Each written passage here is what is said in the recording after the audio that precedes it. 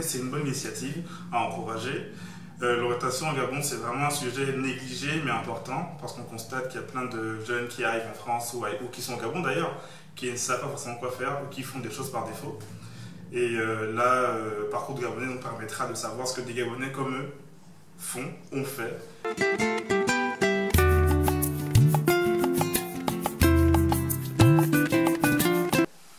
Alors moi j'ai fait mon lycée au lycée d'application Nelson Mandela, de la 6e en terminale. J'ai fait une seconde S et une première S, terminale C. À l'obtention du baccalauréat en 2006, je suis parti à l'USTM à Franceville. Là-bas j'ai fait 1 an. Malheureusement il y avait des grèves, des petits problèmes de conditions de vie. Donc après ça je suis venu en France, dans le nord de la France, à Lille. Ici j'ai fait donc une licence en maths informatique. Au terme de la licence, je suis allé en école d'ingénieur, donc à Polytech Lille, où j'ai fait 3 ans donc de cycle ingénieur en génie informatique et statistique. C'est ce que je suis aujourd'hui et je travaille comme consultant en développement logiciel.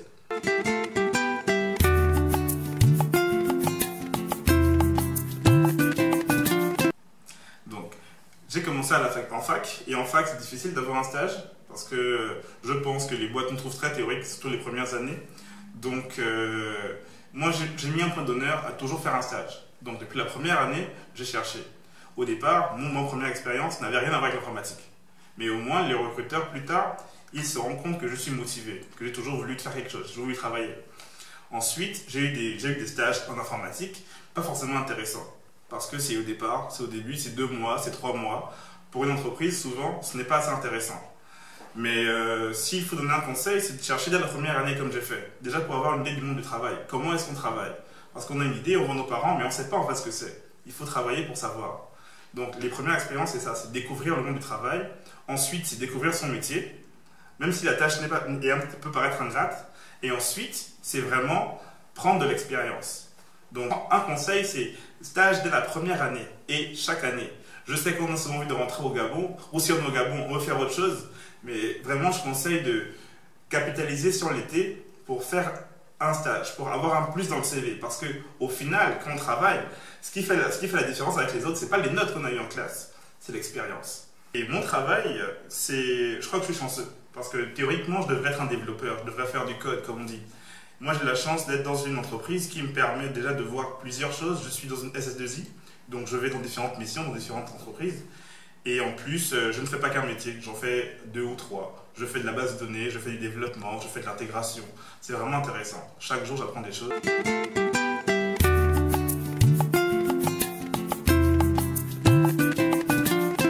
Ouais. En fait, plus jeune, quand on me demandait ce que je veux faire plus tard, je disais je veux être inventeur. J'ai toujours voulu créer quelque chose. Ça aurait été mon truc. Ensuite, l'orientation s'est faite par ma famille. Mes frères et sœurs sont presque tous ingénieurs. Donc je me suis toujours dit que je devais être ingénieur aussi. Et après, on a vu des exemples comme Mark Zuckerberg et tous les autres. En informatique, en fait, on peut tout faire. C'est dans ce domaine-là qu'il y a moyen de créer des choses. Donc là, je peux être ingénieur et inventeur.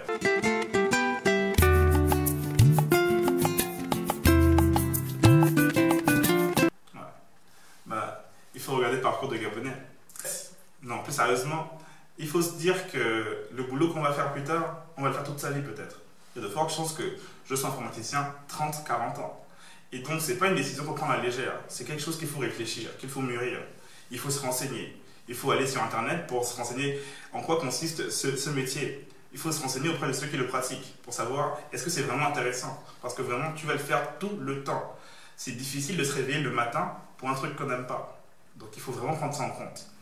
Ensuite, si je peux faire une requête, c'est justement par rapport au gouvernement, aux établissements, c'est d'impliquer les jeunes, peut-être dès le lycée, à s'intéresser à des métiers, à savoir ce qu'ils veulent. Beaucoup de gens arrivent en terminale ou à l'université sans savoir ce qu'ils veulent faire. Souvent on fait, je suis bon en maths, je vais faire des maths. Je suis bon en biologie, je vais faire de la biologie. C'est pas forcément ça. Si tu es très bon en biologie, mais que tu es moyen en physique, fais de la physique, si c'est la physique que tu préfères, si tu es à l'aise en physique, si c'est la physique que tu peux pratiquer toute ta vie. Il faut penser à ça. Pourquoi pas j'ai vu, il y en a qui font des journées parents-élèves. C'est le parent t'emmène dans sa boîte et te montre ce qu'il fait. Pourquoi pas? Pourquoi pas aller dans des boîtes, dans les secteurs intéressants au Gabon et voir qu'est-ce qu'on fait, quels sont les métiers, entrer dans une société et dire quels sont les métiers qu'on pratique ici, quels sont ceux qui sont des métiers d'avenir, qu'est-ce qui pourrait vous intéresser.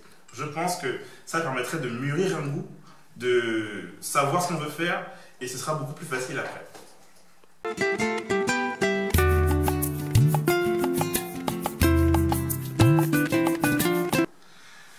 C'est drôle parce que quand j'étais étudiant, j'étais convaincu qu'à la fin de mes études, je partirais au Gabon. Mais après, j'ai trouvé directement du boulot et là, je suis resté. Et maintenant, j'hésite. On se pose des questions. On attend la bonne opportunité en fait. Mais on veut construire le pays et on va rentrer forcément.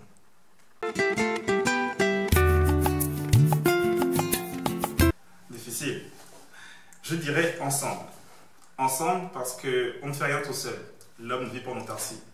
Ensemble parce que pour que mes petits frères évoluent, pour qu'ils aient un bon parcours, pour qu'ils sachent quoi faire, il faut qu'on soit ensemble, qu'on les aide ensemble.